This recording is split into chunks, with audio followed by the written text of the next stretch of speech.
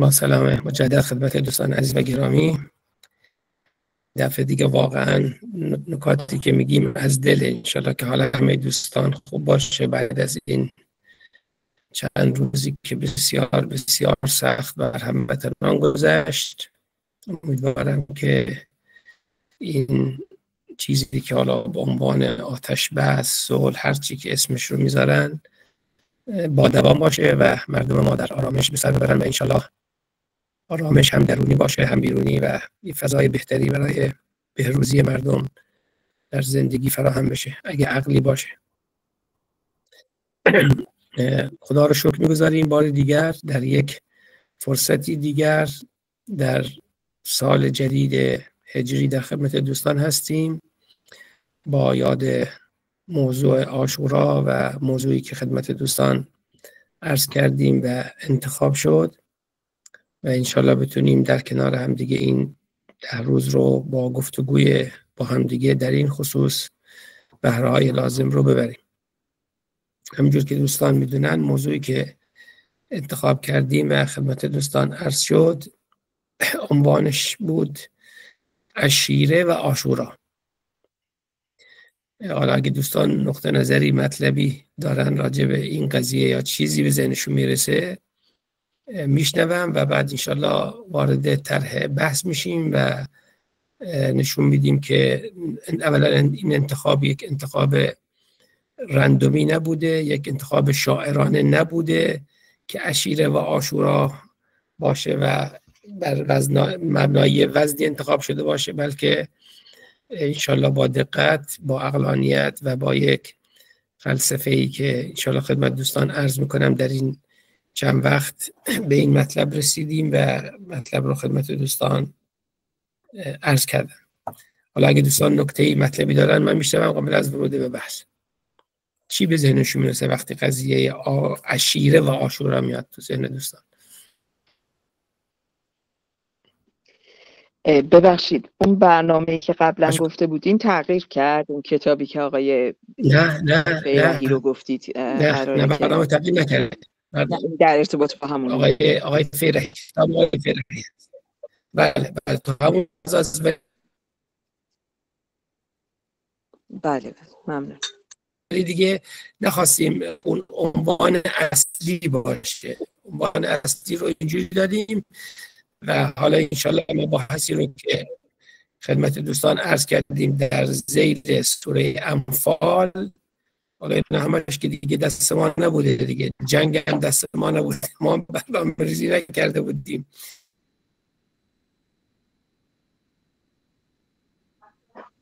برای این همه حوادثی که همخوان شده با فضای سوره انفال، همون کتاب بیسه ولی عنوانی که دادیم یک عنوان در واقع فراگیرتر از اون چیزی است که در اون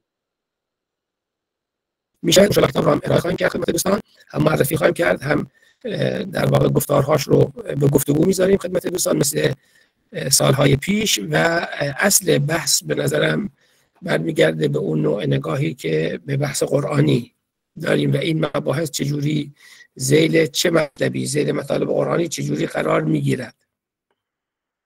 میشنوم خدمت دوستان اگر مطلبی نکته داشته باشم یا چیزی به ذهنشون اگه مثل راجع به عشیره و عاشورا.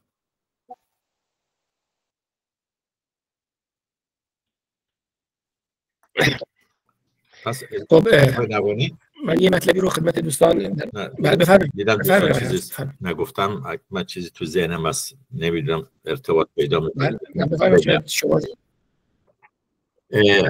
حالا کلمه عشیره اگر با این نگاه کنیم که یک هم خانواده، هم خویشاوندی، هم فکری، هم باورها رو در نظر بگیریم، بالاخره یک سری مبانی دارد و یک سری مناسبت هایی هم خواهد داشت با هم دیگه، یعنی اون خانواده، اون فکر، اون باور.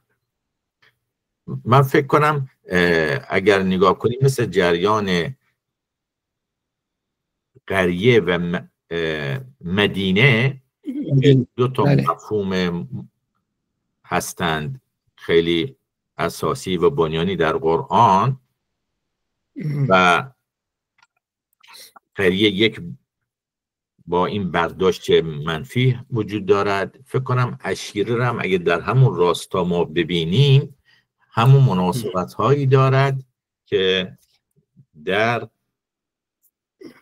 قریه حاکم هست و فکر کنم تو این فضا من دارم فکر میکنم. خب بسیار عالی، نکته خیلی خوب و دقیقی اشاره کردید. خیلی ممنون. دوستان بفرمایید.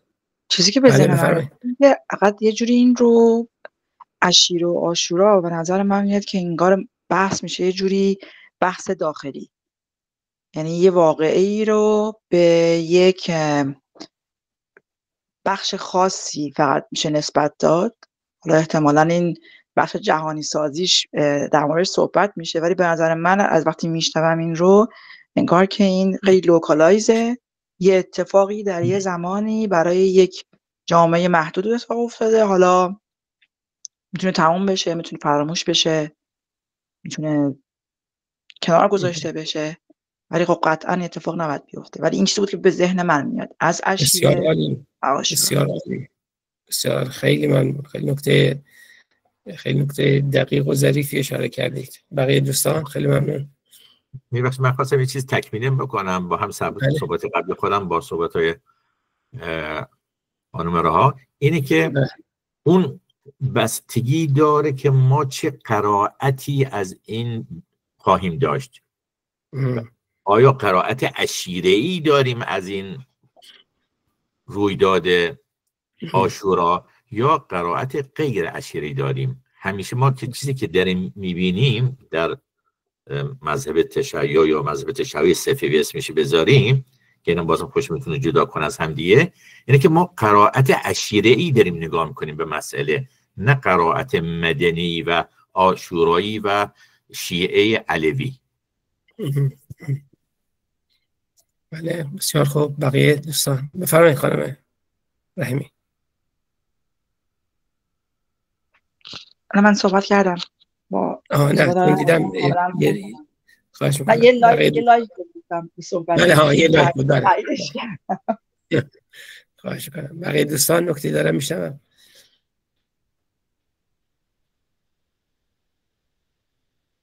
جناب نوحانی اگر بخوایم که در واقع لینکی ایجاد بشه بین این بحث و مباحث قرآنی، در واقع عشیره و عاشورا سمت و سوقش به تک صدایی و چند صدایی و به سمت عاشورا در واقع میشه مفهوم مدینه نهاد و عشیره در واقع همون بحث تک صدایی و قبیله و بحثایی که قبلا حالا تحت عنوان قبیله عنوان کردیم. این دو مبحثی ارتباطش فکر میکنم با مدینه نهاد ارتباط ارگانیک داره. بله ممنون. بله بسیار خوب. خیلی ممنون. دقت هایی که دوستان دارن بسیار خوب، بسیار خوبه. خب همینجور که دوستان میدونن در بحث ورود به سوره انفال اشاره ای کردیم به کاری که آقای محمد عابد جابری کرده تحت عنوان در واقع الله قبیله غنیمت و بعد شد غنیمت قبیله الله و قبیله تو کارهای آقای جابری خیلی قدرتمنده. کاری که آقای فیرحی هم کرده که حالا بیشتر معرفی خواهیم کرد، آقای فیرحی هم یه همچین نگاهی رو کرده، البته خیلی اقتباس کرده از آقای محمد عابد جابری و یه چنین نگاه، این نگاه جدیدی نیست، ولی یه کسی بتونه این کار رو در واقع به صورت یه مدل در بیاره، یه نوع روش نگاه در بیاره، خب کار ساده ای نیست. حالا در مباحثی که در سالهای پیش طرح کردیم، من جمله کاری که آقای جعفریان کرده بود و دیگران، این مطلب هم مورد توجه قرار گرفته است و این مطلبی است که تقریبا میشه گفت در تواریخ هم یاد شده است، همونجوری که آقای حقیقی اشاره کردن و همه دوستان یه همچین نگاهی هست. اما عنوانی که من سعی کردم به این بدم هم خود در عنوان یه نگاه نقدی به اینجور زوایای دید به بحث عاشورا هست. خود عنوان یه نقدی است به اون فضایی که ترک کردیم. خب قبل از اینکه من ورود کنم، چون اول خدمت شما عرض کنم ما هست و دیگه ما در واقع یاد گرفتیم خدمت دوستان که مطالب رو به گونه‌ای با اول ما همیشه یه ارتباطی داشته باشه طرح کنی خدمت دوستان. من مطلب رو طرح میکنم و بعد انشالله وارد بحث میشیم. خب شیر شده الان، ببخشید اگه دوستان یه اشاره بکنم من بله. خب من اولین کاری که کردم من اولین کاری که کردم به این هوش مصنوعی عنوانایی رو که انتخاب میکنم به هوش مصنوعی میدم ببینم ارتباطش رو چجوری میفهمه. خب بر اساس ادبیاتی که داره این مطلب رو با ما به اشتراک میذاره. من بهش دادم عشیره به چه معناست. یه بحث خیلی مهمی است بحث عشیره که نکته که خانم رحیمی اشاره کردن اولین چیزی که به ذهن میاره اینه، ولی اگه از نگاه انسان شناسی انشاءالله وارد خواهیم شد بعد خواهیم دید که این عنوان لوکالیزم رو بیان میکنه یا یه نگاهی به هیومانیزم داره. این بحث مهمی است. خب بهش گفتم عشیره چیست؟ گفت به معنای گروهی از افراد که به لحاظ خویشاوندی یا اجتماعی به یکدیگر وابسته هستند. در واقع عشیره به خویشاوندان و نزدیکان شخص اطلاق می شود. برخی از تعاریف و مترادف‌های عشیره عبارتند از قبیله، طائفه، خاندان، خانواده، تیره، تبار، ایل. تیره و تبار و ایل و خانواده رو و خاندان رو میشناسیم دیگه، تقریبا جزو چیزای آشناست تو ذهن فارسی زبانان. اما وقتی میگیم قبیله انگاری یا عشیره انگاری خیلی قابل هضم نیست. در فرهنگ اجتماعی عشایر ایران عشیره معمولاً مجموعی از چندین طایفه است که با یکدیگر نسبت خویشاوندی، پیوندهای خانوادگی، روابط متقابل و سکونتگاه مشترک دارند. کلمه عشیره مفرد است و جمع آن عشایر است. عشایر می باشد که به گروهی از افراد کوچنشین اشاره دارد. به طور خلاصه عشیره به گروهی از افراد گفته می شود که ریشه های مشترک و نزدیکی های خونی یا سببی دارند و اغلب با هم زندگی می کنند یا روابط اجتماعی نزدیکی با یکدیگر دارند. این چیزی است که تقریبا هر کجا برید فرهنگ لغت اینا تو این فضا صحبت میکنن. خب ازش پرسیدم عشیره در قرآن چیه؟ در قرآن کریم واژه عشیره به معنای خویشاوندان نزدیک و بستگان به کار رفته است. نه، خویشاوندان نزدیک نیست، بستگان هست. ولی حالا این چیزی که داده، حالا یه اشاره هم خواهم کرد به آیه که انتخاب کرده. این کلمه از ماده عشره، عشر، عاشورا، عشیر، همه اینا از یه ریشه است.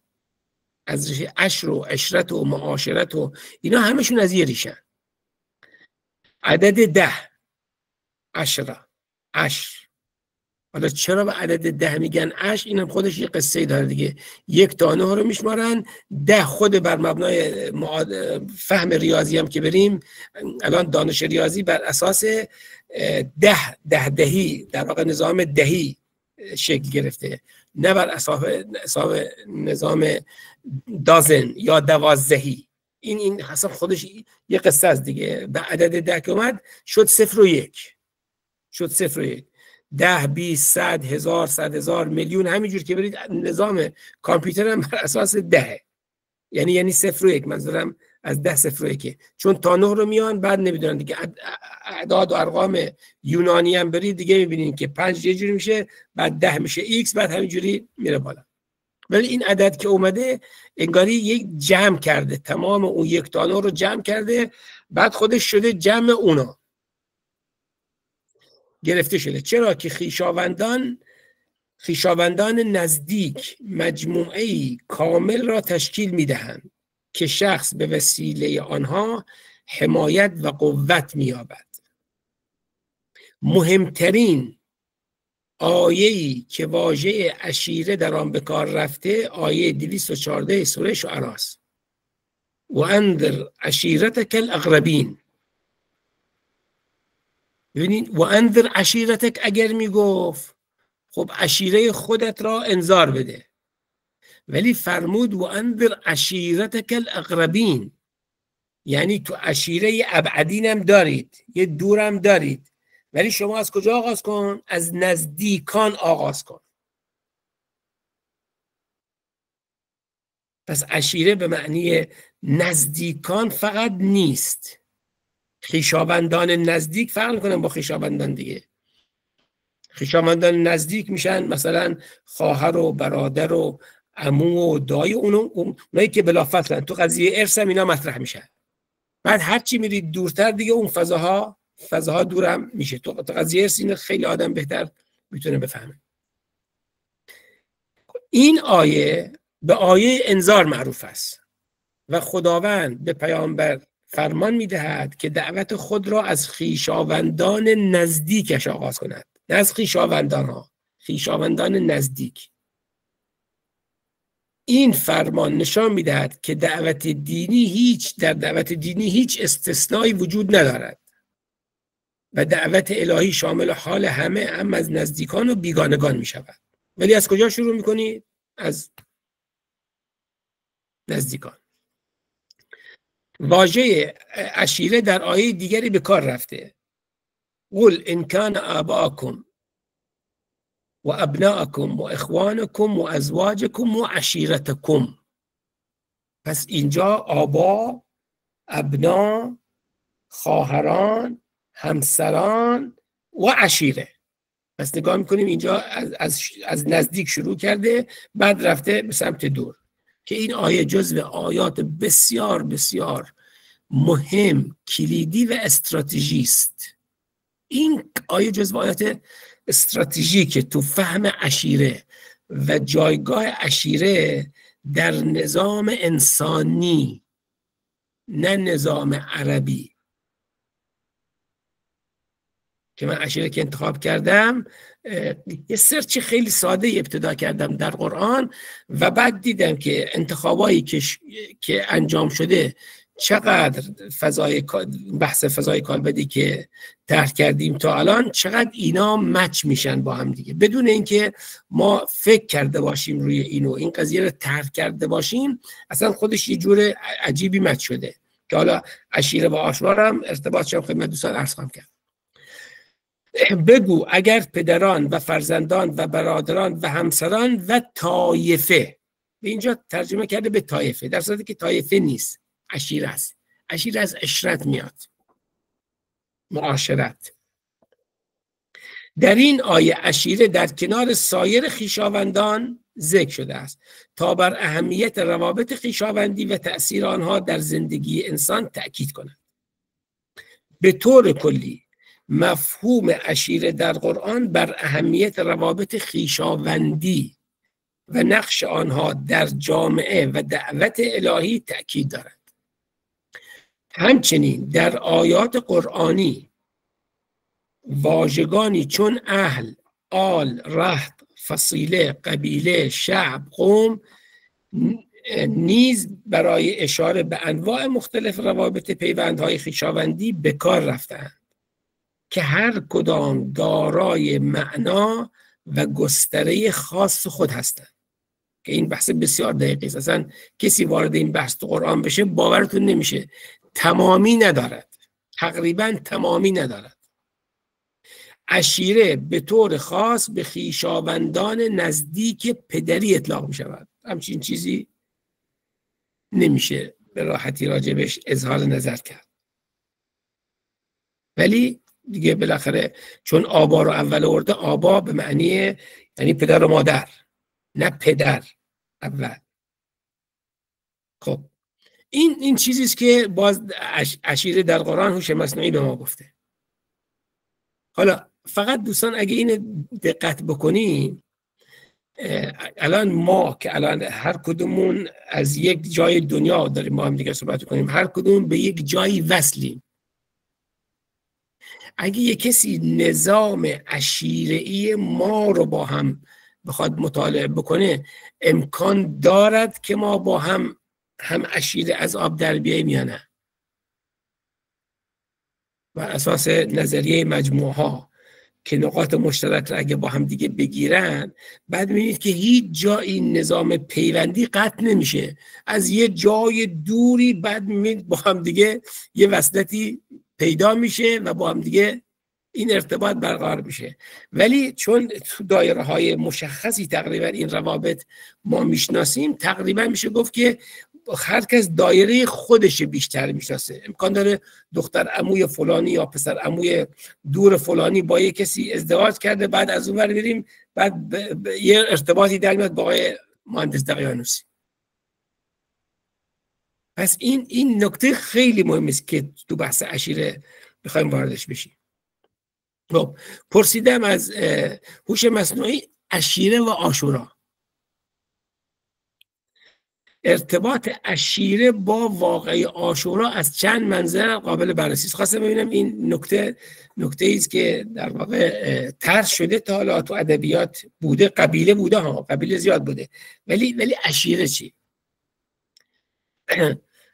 ارتباط عشیره با واقعی عاشورا از چند منظر قابل بررسی است. پیوندهای خویشاوندی در سپاه امام حسین که دو سه نمونه‌اش من خدمت دوستان عرض خواهم کرد که اصلا شاید دوستان اصلا به باورشون نیاد یه همچین ارتباط عشیره‌ای بین امام حسین بوده باشد.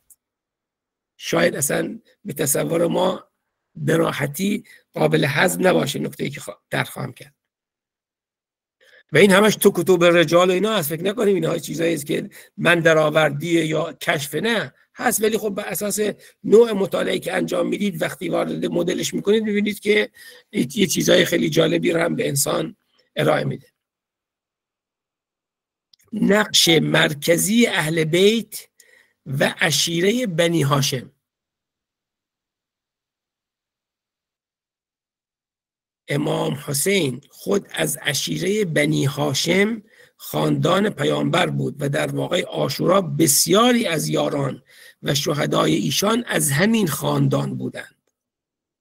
حضرت عباس که به قمر بنی هاشم و قمر العشیره معروف است، از نمادهای بارز این پیوند خویشاوندی و ایثار در راه امام است. حضور اعضای خانواده در کربلا نه تنها مردان عشیره امام بلکه زنان و فرزندان ایشان نیز حضور داشتند. این حضور نشان دهنده عمق پیوندهای خانوادگی و عشیره‌ای و نیز آمادگی آنان برای فداکاری در راه عقیده بود. فداکاری بی سابقه. پس شد این همینجور داره نقش مرکزی اهل بیت، حضور اعضای خانواده، فداکاری بی سابقه. یاران امام حسین که بسیاری از آنها از خویشاوندان و عشیره ایشان بودند، با وجود اقلیت عددی در مقابل دشمن با شجاعت و ایثار بی‌نظیری جنگیدند و به شهادت رسیدند. این فداکاری بخشی جدای ناپذیر از مفهوم عاشورا را شکل می‌دهد. این همینجوری داره از عشیره و عاشورا همینجوری داره مدل درست میکنه برای خودش. این هوش مصنوعی دیگه. نقش عشایر در یاری و دفن شهدا. ببینید نقش قبیله بنی اسد. قبیله بنی اسد عشیره بنی اسد یا قبیله بنی اسد؟ حالا اینا رو انشالله در کلیدواژه قرآنی وقتی این فهم، بعد نوع دقت کار قرآنی رو آدم بهتر میتونه بفهمه. حتی واژه‌هایی که قرآن انتخاب میکنه اینقدر دقیقه که باور کردنی نیست. پس از واقعه عاشورا، در حالی که سپاه عمر سعد بدنهای مطهر شهدا را در بیابان رها کرده بود، این قبیله بنی اسد بود که اجساد را شناسایی کرده و با کمک امام سجاد دفن کردند. این اقدام نشان دهنده پیوندهای عشیره‌ای و انسانی بود که حتی در اوج ستم و بیرحمی به کمک مظلومان می آمد. عشیره عاشورا به عنوان یک اصطلاح معاصر در سالهای اخیر، اصطلاح عشیره عاشورا یا اجتماع عظیم عشیره عاشورا در برخی مراسم عزاداری بزرگ و اجتماعات مردمی به کار می رود. این اصطلاح به معنای گردهمایی و اتحاد شیعیان و عزاداران امام حسین است که خود را مانند یک خانواده بزرگ یا عشیره متحد همبسته در راه امام می دانند. این کاربرد نشان دهنده آن است که مفهوم عشیره فراتر از یک پیوند خونی صرف به یک پیوند معنوی و اعتقادی در فرهنگ عاشورا تبدیل شده است. این خودش یه نکته جالبی بود. چالش‌های ناشی از فرهنگ قبیله‌ای و عشیره‌ای. در مقابل برخی تحلیل‌ها به این نکته اشاره می‌کنند که ریشه‌های واقعی عاشورا را نمی‌توان صرفاً به کینه‌های قبیله‌ای و جنگ دو طایفه تقلیل داد، اگرچه در بستر جامعه آن روزگار روابط قبیله‌ای و عشیره‌ای نقش مهمی داشت. اما ماهیت قیام امام حسین یک مبارزه عقیدتی و مکتبی بود.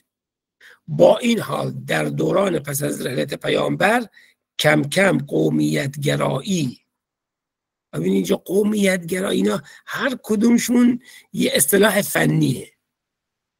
وقتی میگه قومیتگرایی، خب همشون که عرب بودن.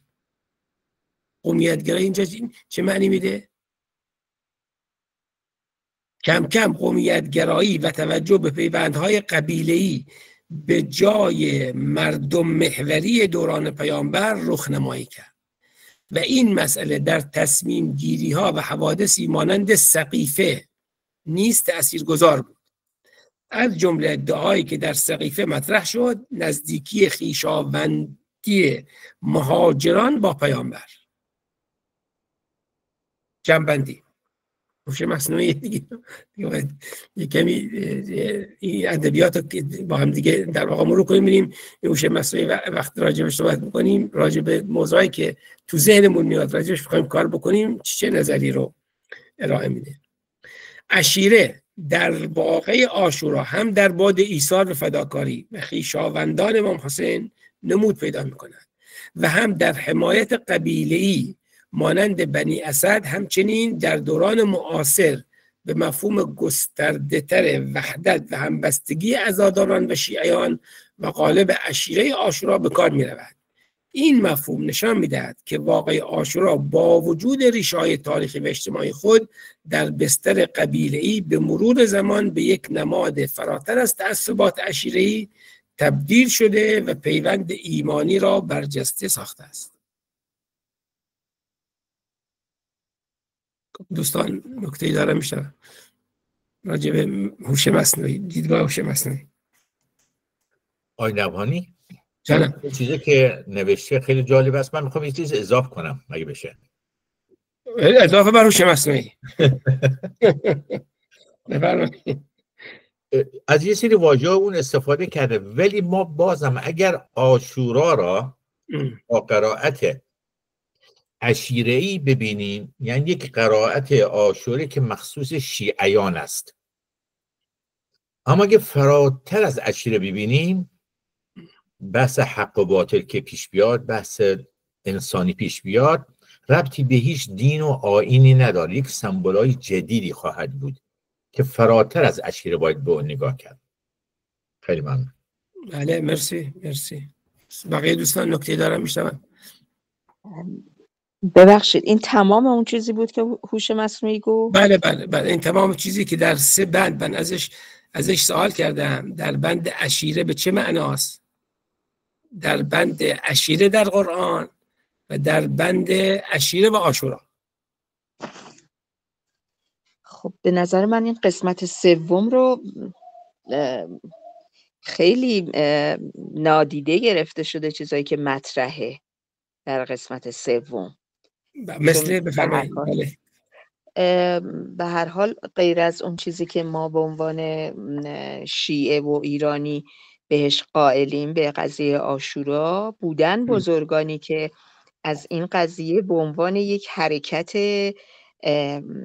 آزادی خواهانه نام بردن و اینطوری توصیفش کردن. چطور هیچ اشاره‌ای به این قضایا نشده؟ این نظراتی که یعنی شما از هوش مصنوعی میپرسید رابطه عشیره با عاشورا چیه؟ با واقعه نگفتین، واقعه عاشورا، با کلمه عاشورا.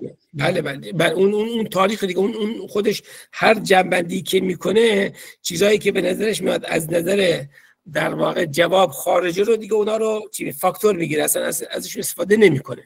اون چیزی رو به شما میگه که با عشیره بخونه، مثل همین نکته گفته پیوندهای خویشاوندی در سپاه امام حسین، اعضای خانواده، فداکاری و ایثاری که خانواده کردن، نقش عشایر در یاری و دفن شده. اینا وقتی ورود میکنید به حادثه، تمام کتب تاریخ و که راجع به عاشورا کار شده، مقاتل، همشون اینا رو یاد کردن. این یه جنبندی کلی از اون کرده. اون دیگه اون نگاه چیزه، اون نگاه فراتر از اون چیزی که ازش پرسید. اون دیگه ازش پرسید که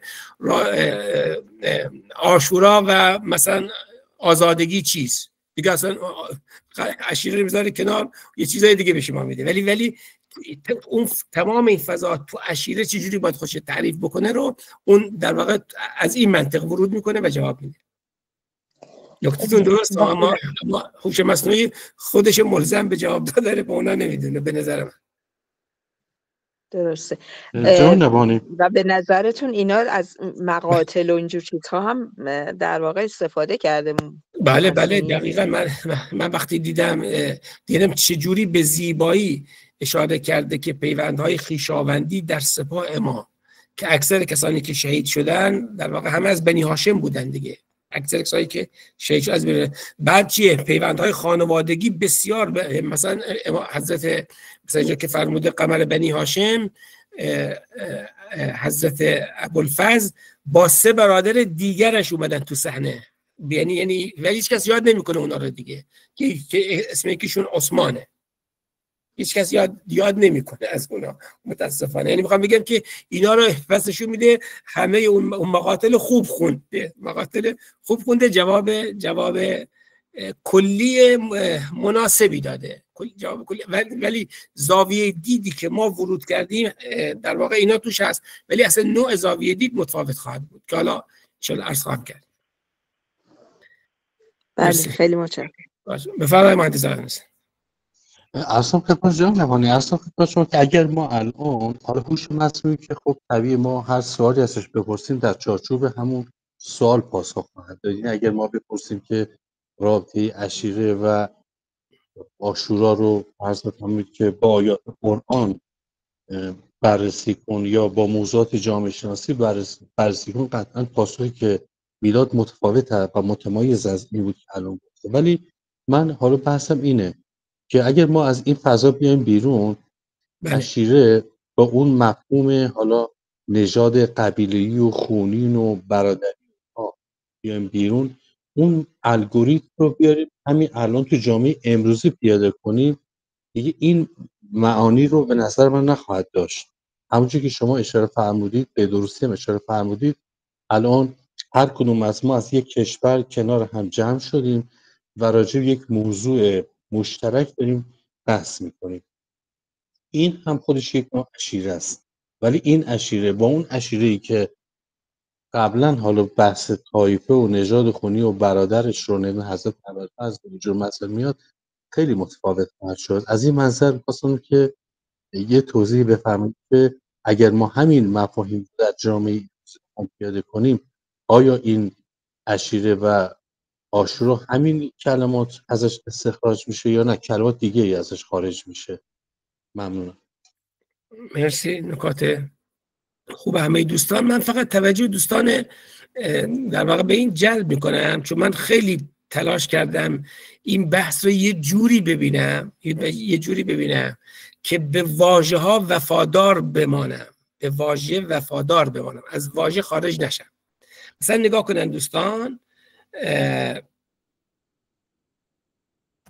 این همونجوری که خدمت دوستان اینجا رو در واقع معرفی کردم، این موسوعه تفسیر الموضوعی که یک کار بسیار بسیار ارزشمنده، یه چیزی 500 و خورده‌ای واژه کلیدی اصلی قرآنی رو انتخاب کرده که روش کار کرده. خب من رفتم تو این چیزایی که مثلا شناخته شده است، دیدم یک نمونه ازش نیست، ولی این عنوان درش هست، العنصریه.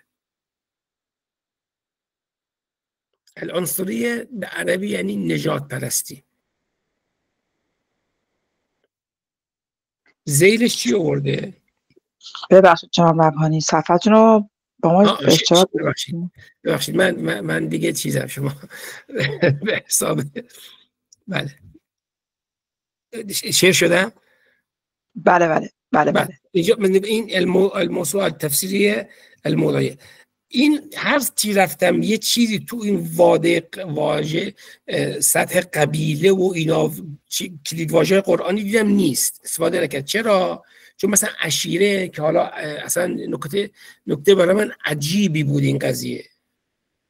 عشیره در قرآن 3 بار به کار رفته، 3 بار، و هر 3 بارش در یه جایگاه استراتژیک به کار رفته و ارتباط این جایگاه استراتژیک با موضوع عاشورا رو خدمت دوستان انشالله در طی مباحث عرض خواهم کرد. خب هرچی ما دیدیم چی آورد برام؟ العنصریه. عنصریه یعنی نجات پرستی. مثلا میگم فلانی عنصریه یعنی نجات پرسته. حالا یا عربیت ترجیح میده، یا ترک بودنش ترجیح میده، یا فارس بودنش ترجیح میده، یکی از اینا دیگه اون میشه اون نگاه. یا بعد واژه‌ای که نزدیک به اینه رو که خواستم نگاه بکنم، به کدوم واژه ها نزدیکه؟ به استکبار، به عدل، به انصاف، به سیاست، به ظلم نزدیک کرده. مثلا شما سیاست بزنید، سیاست که میزنید چی میاد؟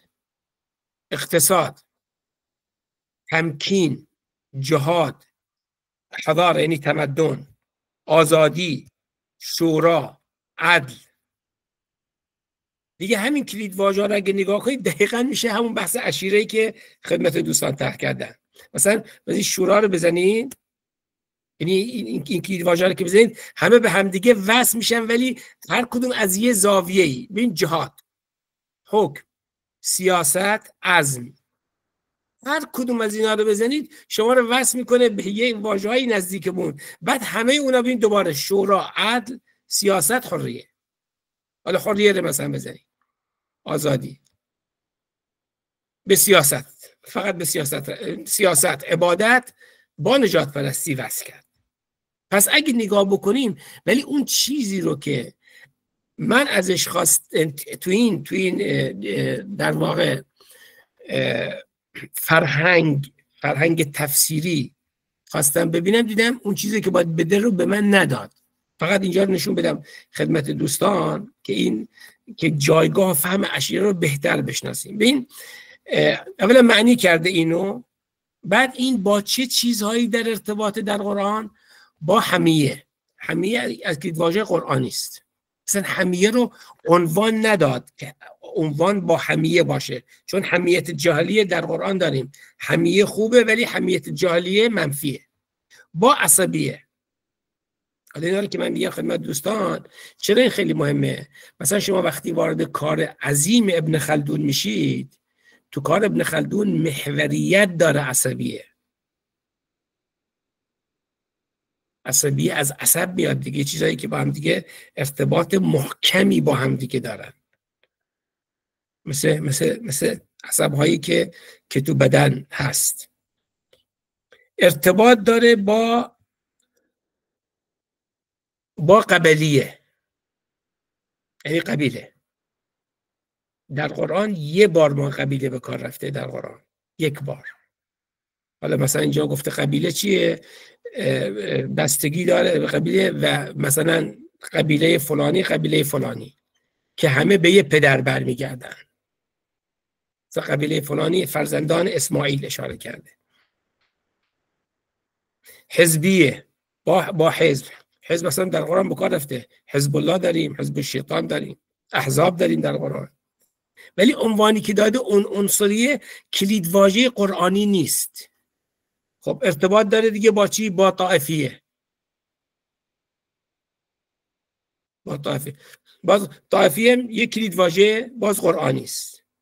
با الوحده، مثل یک حزبی که در واقع حزب کمونیست چین به حزب دیگه اجازه نمیده، حزب فقط خودش یه حزب حرفی میخواد میزنه. حالا دیگه ببینم به چی ارتباط داده. خود دیگه بعد شروع کرده اینا رو دونه دونه بحث کرده. فقط من اینو خواستم نشون بدم که کلید واژه در فهم قرآن، من هرچی در واقع جلوتر میرم برای خودم مایه اعجابه. همون کاری که مثلا در سوره اعراف ورود کردیم، کلید واژه‌ای که استفاده شده و بعد سرریز شده در سوره انفال برای من اعجابه، که من اون شکل کلام رو تقریبا برام قابل هضم بود، ولی به شکل ورود جزئی که میرید دیگه مثلا انتظار ندارید اینقدر این انسجام حاضر باشه، اینقدر این انسجام حاضر باشه. از جمله این بحثی که خدمت دوستان انشالله عرض خواهم کرد تحت عنوان عشیر. خب یک سوره، یه آیه ای داریم که این آیه خیلی معروفه دیگه، همه میشناسنش دیگه، این آیه رو همه میشناسیم. یا ایها الناس انا خلقناکم من ذکر و انثی، ای مردم شما را خلق کردیم از نرینگی و مادینگی. پس هر چیزی رو که بخوایم ارجاع بدیم به کجا ارجاع میدیم؟ به یه نرینگی و یه مادینگی، یک زن و یک مرد. و از شما قرار دادیم شعوب و قبائل. اگر یک مثلا حالا هر کسی که این میگه، خب قطعا یه متفکر مثلا هایدگر شما نگاه کنید، برتراند راسل نگاه کنید و اینا انتخاب واژه هاشون ساده نیست. مارکس نگاه کنید، اینا انتخاب واژه هاشون ساده نیست. افلاطون و همینا نگاه کنید، تو انتخاب واژه تفکر دارن، چیزی پشت ذهنشونه. خب شما وقتی وارد قرآن میشید، این جزو آیات مادر و کلیدی است تو تمام فهم قرآن. تمام فهم قرآن زیر این آیه میتونه خودش تعریف بکنه. ای مردم، یعنی همه مردم، خلق کردیم شما را از زنی و از مردی و زنی. نرینگی و مادینگی نه معنی مرد و زن نیست، ذکرن و انثی، جنس رو میگه، جنس رو میگه. و قرار دادیم شما را شعوب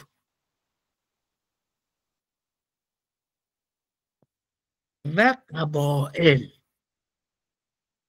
حالا اگه من وارد بحث تفسیر بشم باورتون نمیشه، 1 سال طول میکشه این بحث تفسیری، که فقط اگه وارد بشیم شعوب چیه، قبائل چیه، که بعد میشه شعب، بعد میشه قبیله. کدوم یکی از یکی بالاتره، کدوم یکی بالا دست یکی دیگه است. بعد طائفه کجا قرار میگیره. بعد میبینید وارد یه بحثایی میشن عجیب و غریب. حالا اگه تونستم چند تا رو نشون میدم. خب پس اولی تقسیم بندی کلانی بعد از نرینگی و مادینگی که کرده چیه؟ شعوب. شعوب یعنی شعبه. از شعبه فلان بانک، یعنی یه بانکی هست، بعد این شعبه مثلا انقلابشه، این شعبه مثلا یوسف آبادشه. و قبائل، خب شما سیاه، سفید، نژاد، همه اینا دیگه اینجا قرار گرفته، نه به عنوان رنگ، چون در یه سوره دیگه، در سوره روم اونجا گفته مثلا شما رو چجوری قرار دادیم به عنوان در واقع به لحاظ زبان ها و اینا، ولی اینجا نه، این دیگه خیلی کلانه. خب شما که اینجوری قرار داده شدید به چه منظور؟ لتعارفو، که با هم دیگه به هم دیگه معرفت پیدا بکنید. ببخشید جناب نپانی، بله صفحتون رو دوباره عوض کردین الان؟ نه همسر جاشه. شد، ببخشید من بله. شرمنده دوستان، ببخشید من چون تو هوای خودم. مرسی از دوستان. بله من هنوز دیگه شاگردی میکنم، ببخشید. خب یا ایها الناس انا خلقناکم من ذکر و انثى وجعلناکم شعوبا وقبائل لتعارفوا، یعنی نسبت به هم دیگه معرفت پیدا کنید.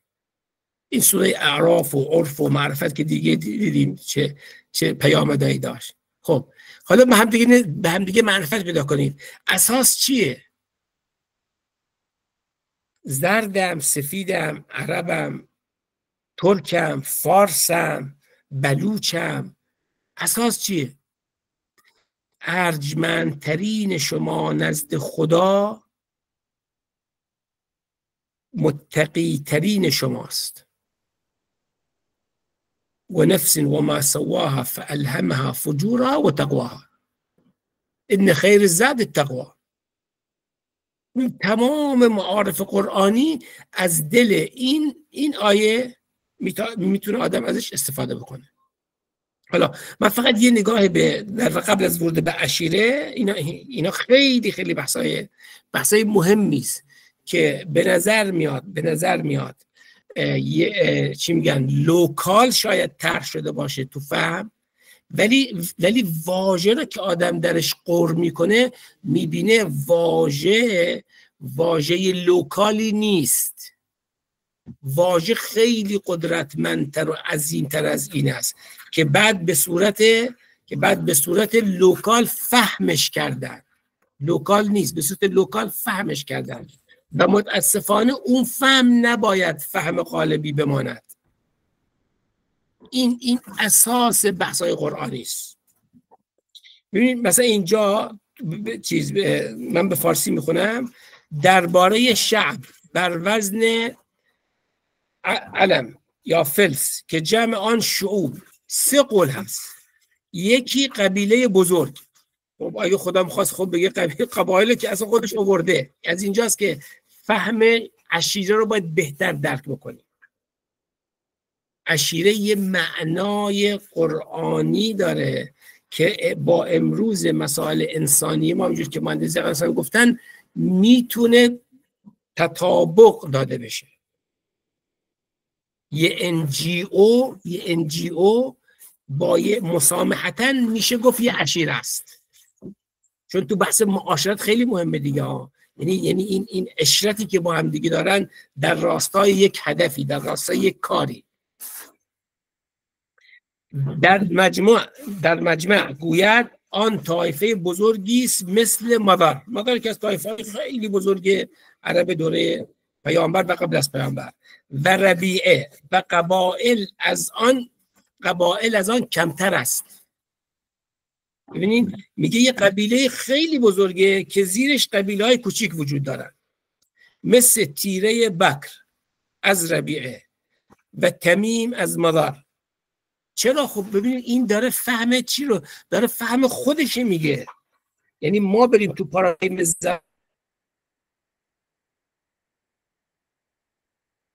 زمانی خودش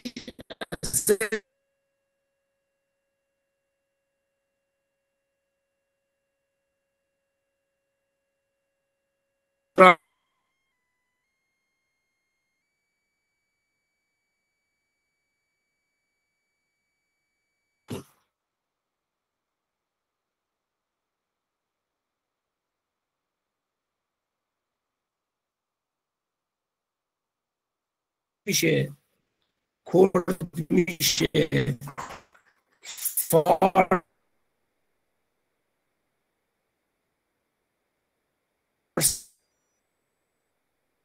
که شامل مازندرانی،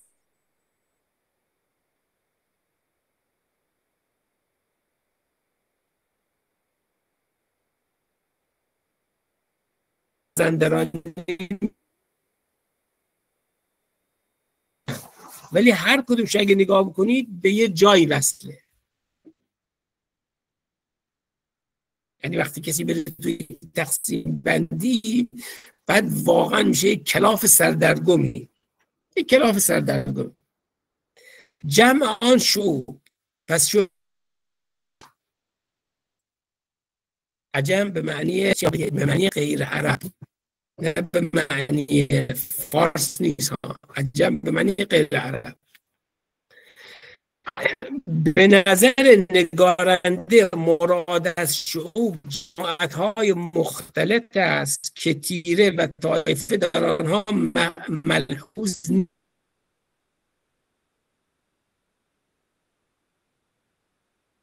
نیست و شعبه ها و فرقه ها هستند که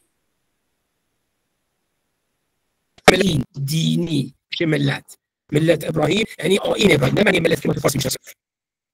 استعمال عرب فعلا چنین است و آن را به جای ملت به کار میبرند و میگویند مثلا الشعب الایرانی،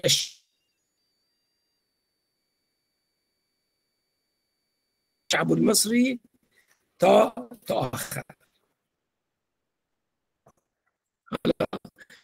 خداوند گفته شما را چی قرار دادی؟ شعوب.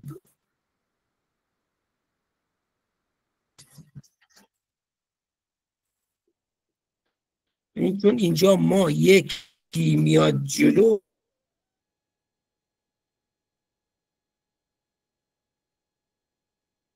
و یک جامعه رو شکل میده، یک اجتماعی رو شکل میده دیگه. در تاریخ انسان بعد میبینه فضای بحثای انسان چجوری میشه، از کجا اومدن، چجوری شدن، بعد میرسه به نژادها، میرسه به رنگها،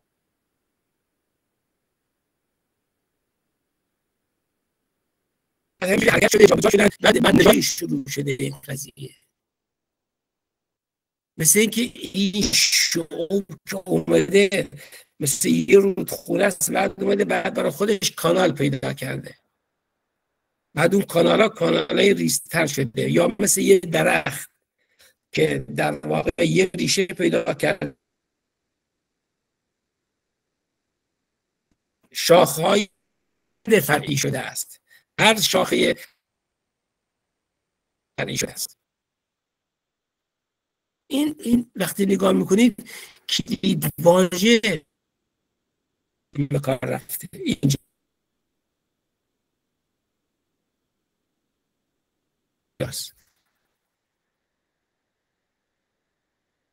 تو قرآن ما نداریم و یه بحثی داریم در سوره اعراف بیده. پس اگه دقت کلید واژه مهمه در قرآن، یه باری رو به همراه میاره که حالا انشاءالله وقتی وارد ریستر شدیم تو در بحث عشیره، بعد بهشون خواهد داد که قرآن بحث به فساد کشیده شدن رو از یکی از منابع مهمش کجا میبینه، از چه چیزی اگه تنزل پیدا کردی تو بحث عشیره امکان داره وارد یه فضایی بشی که اون فضا امکان داره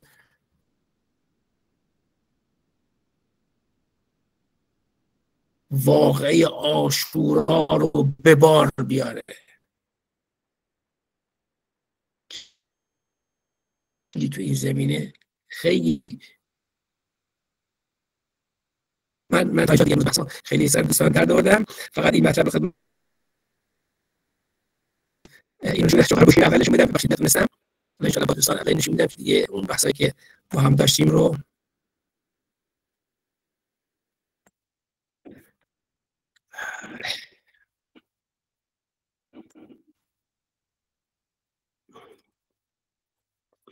الان من شیر شدم با دوستان یا نه؟ خیر هست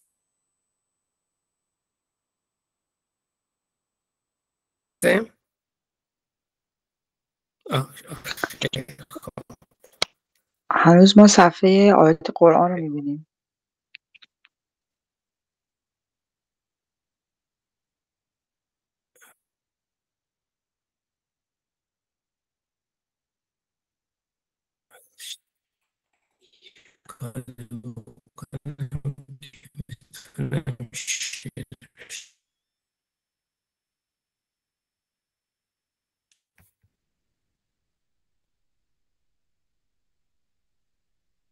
بله بله بله.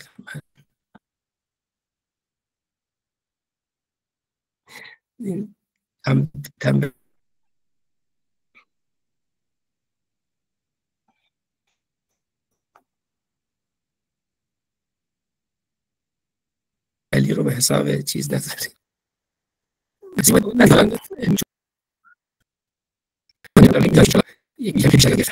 استفاده بوده باشه براشون.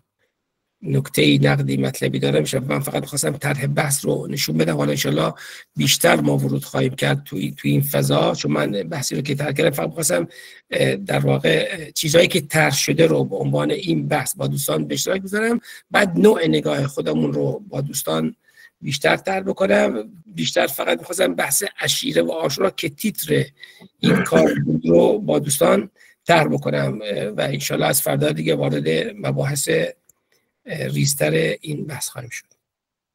مرسی. میشنوم نقطه نظر دوستان. خیلی ممنون. خواهش میکنم. سلام باشید. جناب بله.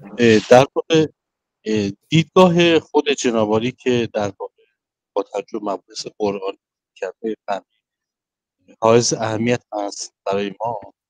اصلا من هستش اگه میشه 5 دقیقه آخر اساس به جنبندی و دیدگاه‌های خودتون نسبت به موضوع و یا جنبندی بحث با نگرش رویکردهای خودتون به نظر من خیلی کمک می‌کنه که ما انشاءالله در پایان در شب یک جنبندی ذهنی ممنون باشم. مرسی آقای مهندس. بقیه دوستان میشنم. من انشاءالله یه جنبندی مختصری ارائه خواهم داد خدمت دوستان.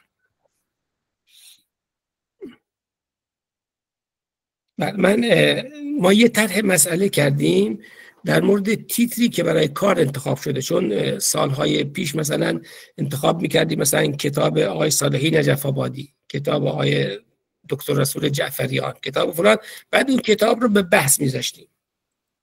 امسال در واقع من تصمیم گرفتم که یه تیتری بدیم که بعد اون کتاب‌هایی رو، اون کتابی رو که می‌خوایم با دوستان در واقع طرح بکنیم ذیل اون بحث باشه، نه اینکه اون در واقع تیتر اصلی رو بگیره. چرا؟ چون تو بحثی که با دوستان پیش اومدی مخصوصا در سوره انفال این بیشتر توجه رو جلب کرد و مخصوصا 2 تا کار بسیار بزرگ و مهم که یکیشون کار آقای فیرحیه که آقای فیرحی زیر کار آقای محمد عابد جابری قرار میگیره و الان کار آقای عابد جابری جزو در واقع گسترده ترین کار تو فضای جهان اسلام و حتی دیگه کار آقای فیرحی رو هم، آقای فیرحی تمام کاراش از اون گرفته شده. چرا؟ برای که یه موضوعی رو طرح کرد که خیلی مهمه، ولی من اون کار بزرگ آقای جابری رو وقتی با کار قرآن تطبیق دادم دیدم حتی در انتخاب کلید واژه ها کوتاهی شده. عشیره در قرآن یک لفظ نیست. قبیله تو فرهنگ‌های کارهای جامعه شناسی و کارهای تاریخی اینا خیلی مؤثره، خیلی خوبه، ولی به عنوان یک ترم قرآنی مورد توجه قرار نگرفته. ترم انحراف در نگاه و فهم قرآنی با عشیره آغاز میشه، اصلا نامی از قبیله نیست. اینجاست که اون کتاب ارجمندی که در 3 جلد نوشته، به فارسی هم ترجمه شده تحت عنوان فهم قرآن حکیم، اساسش بر اون تئوری است. تئوری چی؟ الله، قبیله، غنیمت.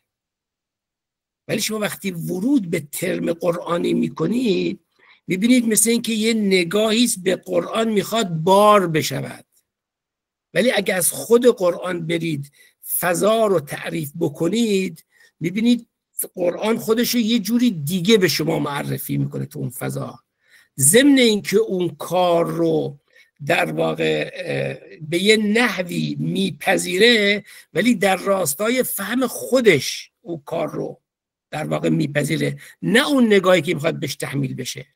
برای همینه کلید واژه ها در قرآن راهبردی هستند. فقط اینجوری نیست که برای یک نشان ادبیاتی به کار رفته باشد. انتخابی که من کردم خب همه گفتن مثلا یه وزنی داره عشیره و عاشورا اینا، ولی نه، حالا انشالله وقتی بیشتر وارد صحبت خواهیم شد نشون خواهد کلید واژه ها راهبردی هستند و آدم باید حواسش به این باشه که تو این مسیر که حرکت میکنه به این در واقع مسیر وفادار باشه و از این مسیر تخطی نکنه. بعد میبینه که این مسیر چه چشماندازهای روشن و زیبایی رو در واقع برای انسان ترسیم میکنه. آقای نبهانی جانم، من از واژه آقای دقیقانوسی استفاده میکنم. یک جنبندی حالا بخواد شما کلی بدید، چه تعریفی در قرآن از عشیره میشود؟ چون من خواستم یه چیز تکمیل بکنم که ببینم چه چیزی قراره با اثبات، چه چیزی میخوایم اثبات کنیم در قرآن از عشیره. بله. در واقع این بحث مهمی که توی این تقسیم بندی ها هست یه نوع نگاهی است که به واژه دقت لازم نشده است. مثلا عشیره رو وقتی میخوان صحبت بکنن، عشیره رو مطابق با اون نگاهی که تو فضای قبیلگی تعریفش میکنن، نه اون فهمی که قرآن ارائه میده که در فهم لغوی و ریشه کلمه هست. مثلا گفتم عشیره از عشرت، معاشرت، در کنار هم بودن، نه الزاماً به معنی اینکه همخون باشید.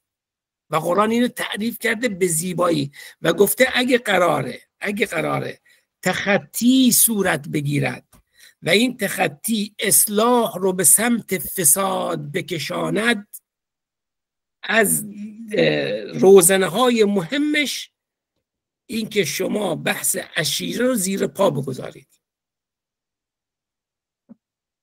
و توجهتون از در واقع در بحث های حق و حقیقت و توجه به امر واقع شما رو به سمتی بکشاند که اون مطلب رو نبینید و حرکت بکنید به سمت اون چیزی که شما رو رهزنی کرده است، از جمله پیوندهای خونی، از جمله پیوندهای خویشاوندی و تمام اینها روزنه میشه که در واقع فضای فساد رو فراهم میکنه و به اونجا کشیده میشوید که شدید.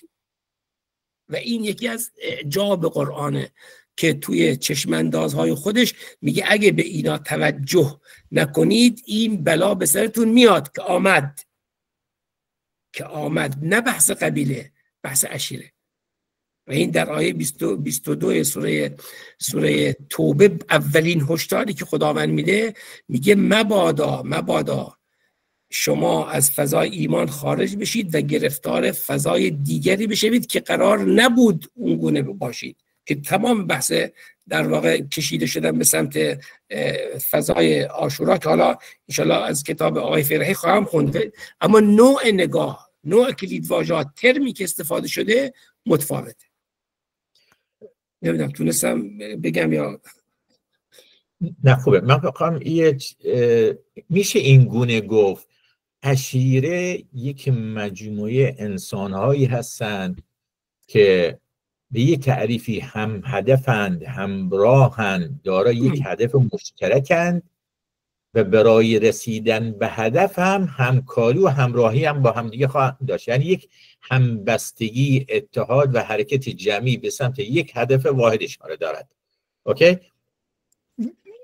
نه ببینید، حالا من انشالله چون هنوز واژه عشیره رو با دوستان از طریق فقط واژه مصنوعی ترک کردم. انشالله آره شما میخوام با بحث NGO وقتی دارین مطرح میکنید تو NGO یه همبستگی هست، یه اتحاد هست، یه حرکت جمعی است دیگه. ما تو جامعه داریم زندگی میکنیم. حتما یعنی عشیره فرد نیست، عشیره یک جمع است، یک حرکت جمعی هدف مشخص داره.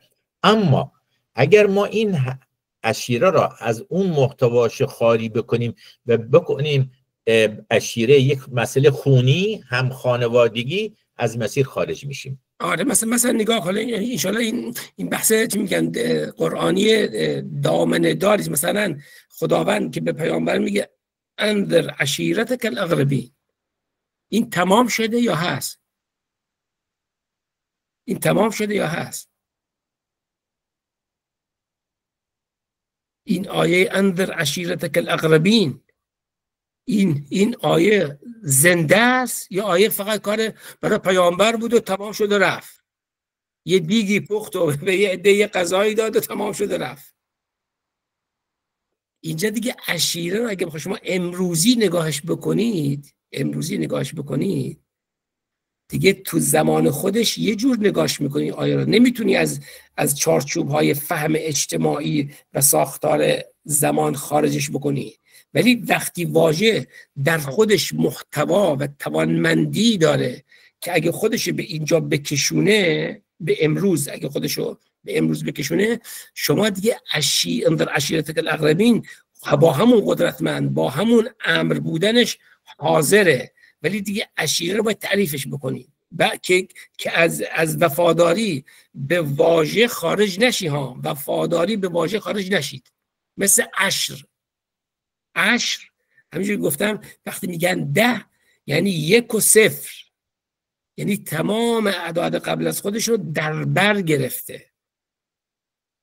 اون میشه عشر. حالا شما تو هر اجتماعی که ورود میکنید، مثلا تو بحث امروزی انذر عشیرتک الاقربین تمام شد یا هست؟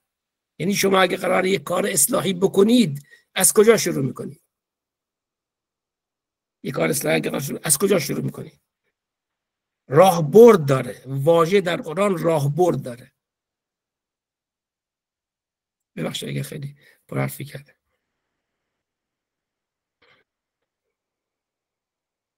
بیشتر اگه دوستان نکته دارن بیشتر. اگه نه انشالله دیگه تا فردا سر ساعت خدمت دوستان خواهم بود. استفاده کردیم. نکات نقدی دوستانم میپذیریم و بیشتر هم انشالله. خیلی ممنون. در پناه حق باشه. ممنون جناب ربانی. ممنونم. خدا سلام.